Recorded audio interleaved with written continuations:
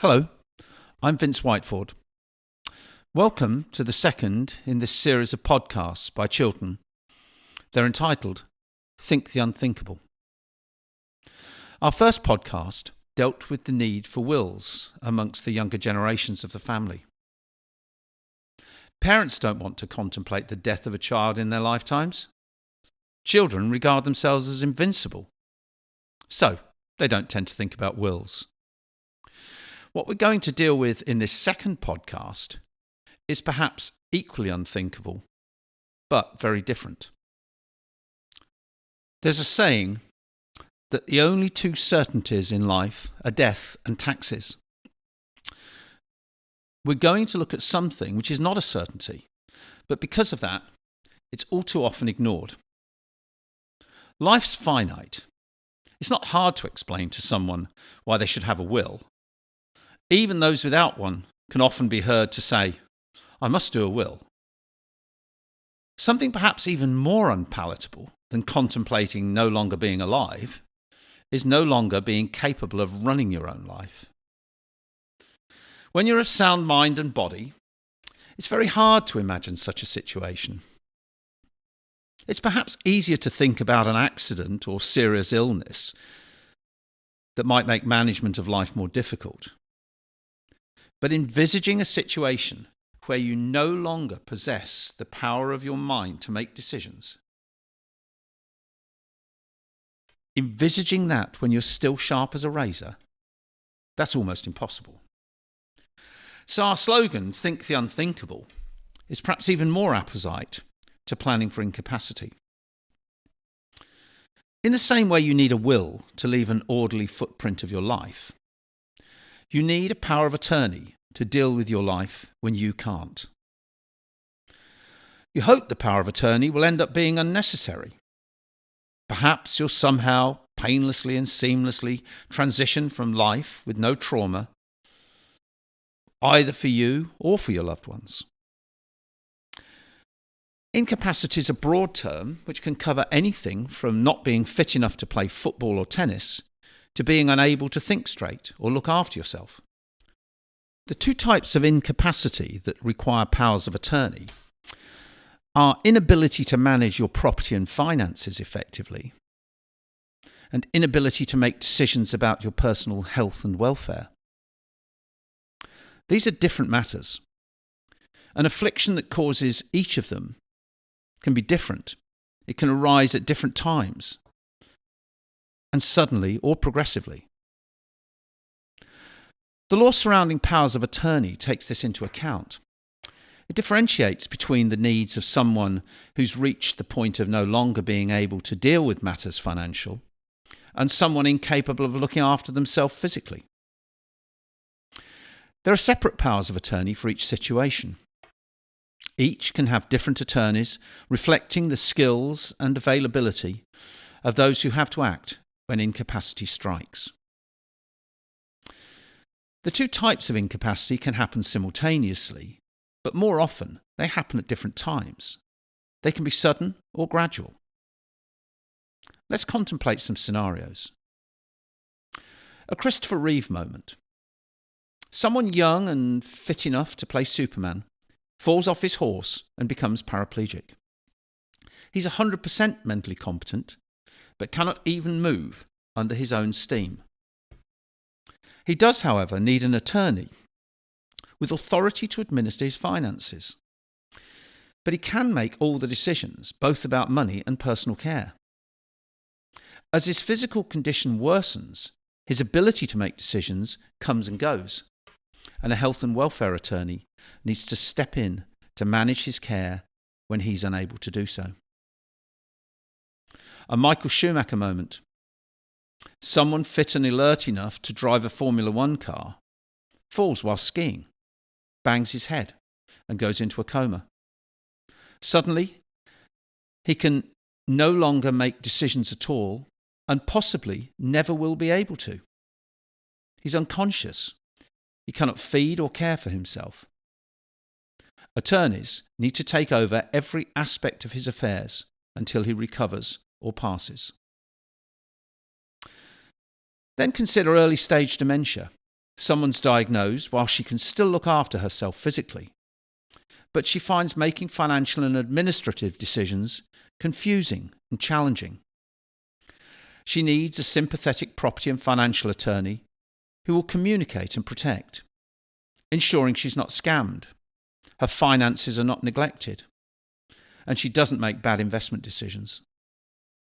Later, her ability to make any financial decisions may end, and the financial attorney takes over fully. Progressively, the ability to maintain her home, dress, clean, and feed herself deteriorates. The health and welfare attorney steps in. Eventually, living alone or going out unescorted becomes a risk, requiring the attorney to bring in carers or select a care home. At that point, the two powers of attorney and the appointed attorneys converge. The health and welfare decisions impact the property and finances. Finally, consider a cancer diagnosis. Someone's diagnosed with lymphoma, and he remains physically and mentally able. The disease requires treatment that's physically debilitating. It results in rapid deterioration, making end-of-life care necessary. But he remains well able to make financial decisions until the latest stages. Alternatively, his physical progress may be going positively, but suddenly the cancer spreads to the brain. He's unable to make financial decisions in the last few weeks and months of life. The property and financial attorneys may have great financial power over buying, selling, and managing assets, even selling the family home. The health and welfare attorneys may literally have the power of life and death. In other words, the two types of attorney may be needed with different skills and levels of commitment at different times. It goes without saying that the people best qualified to deal with financial matters may well not be the people someone would want to make the decision about end-of-life care. But there are many situations where the two sets of attorneys have to converge and cooperate. The most obvious is when someone reaches the point of needing full-time care, which can't be routinely provided by friends and family. Of course, that care costs money. Care could take place in the home, but carers have to be employed, supervised, and paid.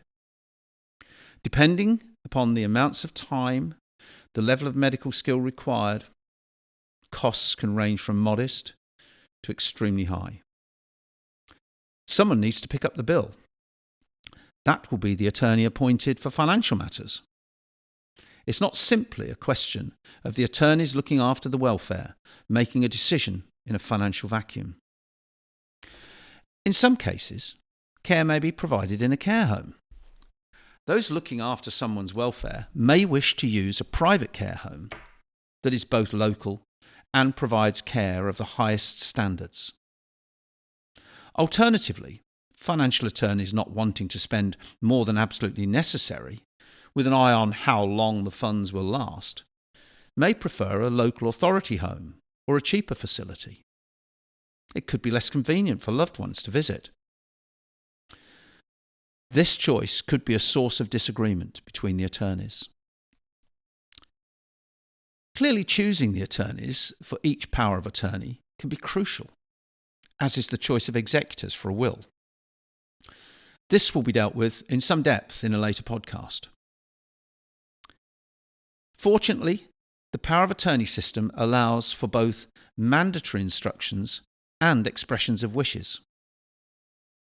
Instructions could stipulate that attorneys use a specified type of care at home or in a care home. They could specify where and how the assets are to be invested. They could cover when or in what circumstances the person's home should be sold. Or they could specify how end-of-life care operates.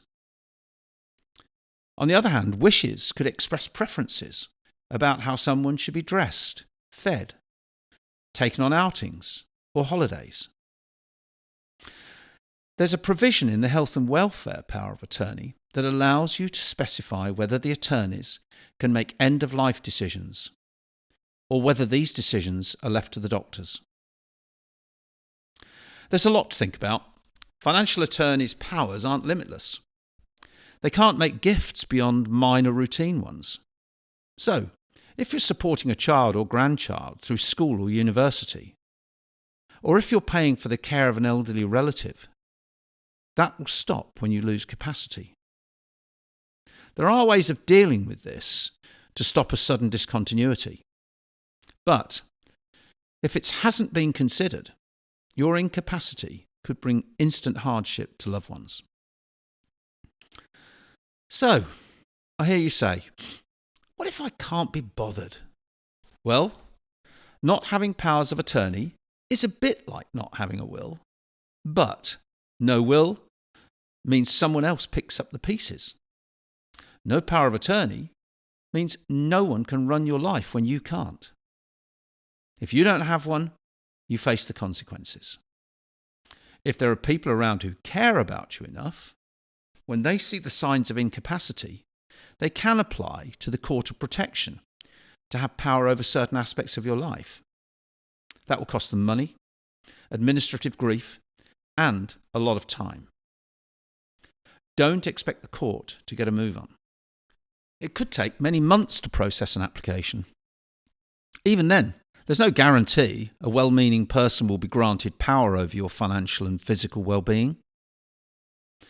In the meantime, you'll have to rely on the state machine to click into gear and protect you. Big Brother may not even know you've lost capacity. You may not know.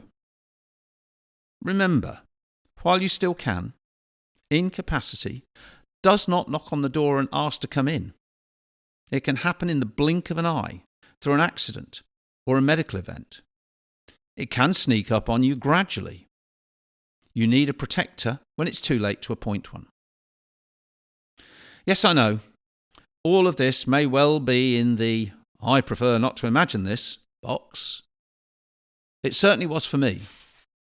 I would rather have worn an itchy jumper in a sauna while someone pulled out my fingernails than think about it, let alone sit down with the forms and make decisions. But I can promise that once you address it, ask and answer the tough questions, and put powers of attorney in place, it should bring you great peace of mind. Think the unthinkable.